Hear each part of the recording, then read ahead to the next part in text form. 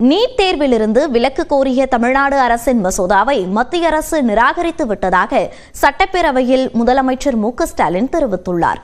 அடுத்த கட்ட நடவடிக்கை குறித்து வரும் 9ஆம் தேதி சட்டப்பேரவை அனைத்துக் கட்சி கூட்டம் நடைபெறும் என அறிவித்துள்ளார்.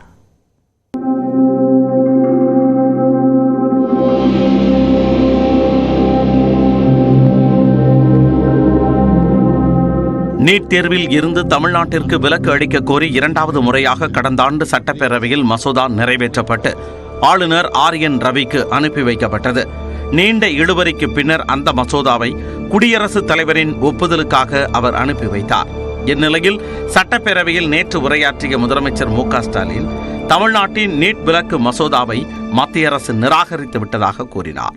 நமது மாணவர்களுக்கு பெரும் பேரடியாக ஒன்றிய அரசு நமது நீட் விலக்கு சட்டத்திற்கு ஒப்புதலை மறுத்துள்ளது என்ற வருந்தத்தக்க செய்தியை இந்த பேரவையில் கனத்த இதயத்துடன் தெரிவித்துக் கொள்கிறேன். மக்களால் தேர்ந்தெடுக்கப்பட்ட மாநில சட்டமன்றத்தின் மாண்பினை அவமதித்துள்ள ஒன்றிய அரசின் இத்தகைய எதேச்சதிகார போக்கு அரசமைப்பு சட்டம் தந்துள்ள கூட்டாட்சி கருத்தின் வரலாற்றில் ஒரு கருப்பு அத்தியாயம்.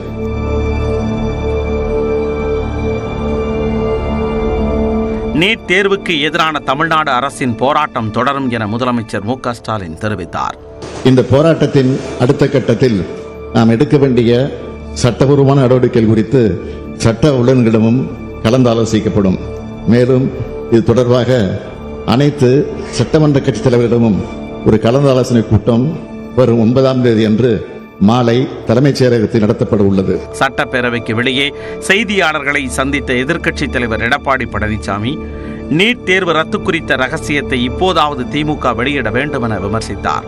நீட் தேர்வு ரத்து செய்யப்படும் என்று மக்கள்கிட்ட வாக்கு பெறுவதற்காக வாக்கு கொடுத்துட்டாரு திமுக சார்பா. இன்னைக்கு வேற வழி இல்ல, நாட்டு மக்கள்கிட்ட போனா கேள்வி கேட்பாங்க, அதுக்கு மலுப்பலான பதில் ஏதாவது வேணும்ல. அதுக்காகத்தான் இந்த நீட் தேர்வு சம்பந்தமா அனைத்து கட்சி கூட்டத்தை கூட்டம் சொல்லியிருக்காரு.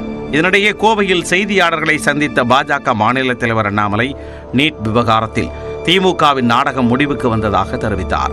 மேலும் புதிய நாடகத்தின் தொடக்கமாக அனைத்து கட்சி சட்டமன்ற தலைவர்கள் கூட்டத்தை முதலமைச்சர் கூட்டியிருப்பதாகவும் தெரிவித்தார்.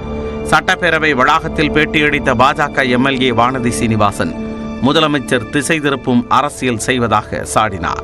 மக்களை திசை திருப்புகின்ற போக்கிலே தாங்கள் அரசியல் அதிகாரத்திற்கு வர வேண்டும் என்பதற்காக எத்தனையோ மாணவ செல்வங்களுடைய உயிரோடு விளையாடிவிட்டு இன்று மாண்புமிகு முதலமைச்சர் நீட் தேர்வு நாடகத்தை முடிவுக்கு கொண்டு வந்திருக்கிறார். நீட் தேர்வு விவகாரத்தில் மத்திய அரசு தனது இறுதி முடிவை தெரிவித்துள்ள நிலையில் தமிழ்நாடு அரசின் அடுத்த கட்ட நகர்வு என்னவாக இருக்கும் என எதிர்பார்ப்பு அதிகரித்துள்ளது.